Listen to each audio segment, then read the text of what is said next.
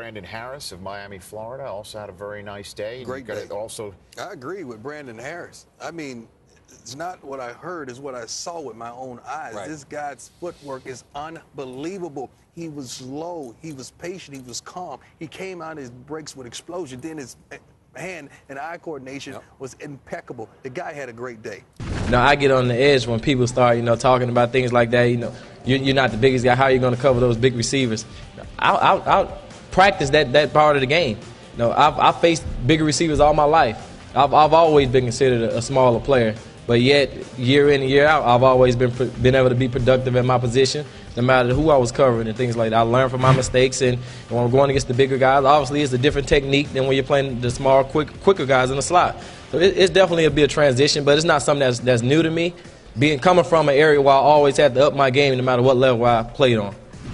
I think I'm very versatile, and I love the game of football. It's not just something that I do just to do. I was born into this game, and I think my love for the game and my passion when I play the game, I think it separates me from a lot of people. And I'm able to do a lot of things on the football field. Like Miami, they played me in the slot a lot, and they also played me outside at corner. So I was able to move around and make a lot of plays, and being able to blitz from the outside and also cover guys man-to-man in the slot. I was able to do a lot of things that they wanted me to do. Anybody in the league today whose game you model yourself after, like you would closely compare yourself to? Yes, sir. I try to mimic my game a lot, as close as possible to Charles Woodson, because he's one of the corners that I watch, and he does a lot of I do a lot of the similar things he does, as far as playing the outside corner position, and then in certain packages bouncing inside to the nickel and coming off the edge, blitzing the quarterback, and being able to stick your nose in there and make a tackle in the run game. And I think as a DB, that's a quality that you have to have in the National Football League. You have to be able to tackle just as well as you can cover. You're not a big receiver, a big quarterback. I mean, what do you think the best part of your game? Playing off or getting up in the receiver space? Me being what they consider a smaller cornerback, I think it helps me to have come from a system like Miami, where I was able to still be aggressive and be physical with some of those bigger receivers that, a lot of them don't expect guys of my size to be able to do.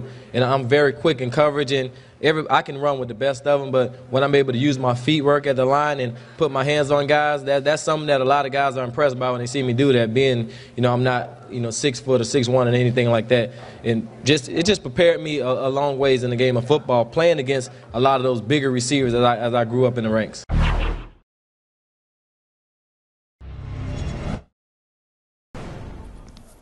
here's Harris.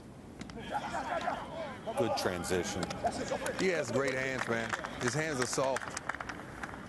Taught you in college and who didn't. I mean, some coaches prefer the T-step. Some coaches prefer, we call it the unicycle, where it's just continuous movement. Here's Brandon Harris. He's a unicycle guy. The combine, Brandon Harris from the U. We just saw him perform nicely out on the field. This is what he did at the 40 earlier today. Times again all unofficial until the rest of the DBs run their 40s later. He's had a good day. Yeah, he was mid 4.4s, I believe, there.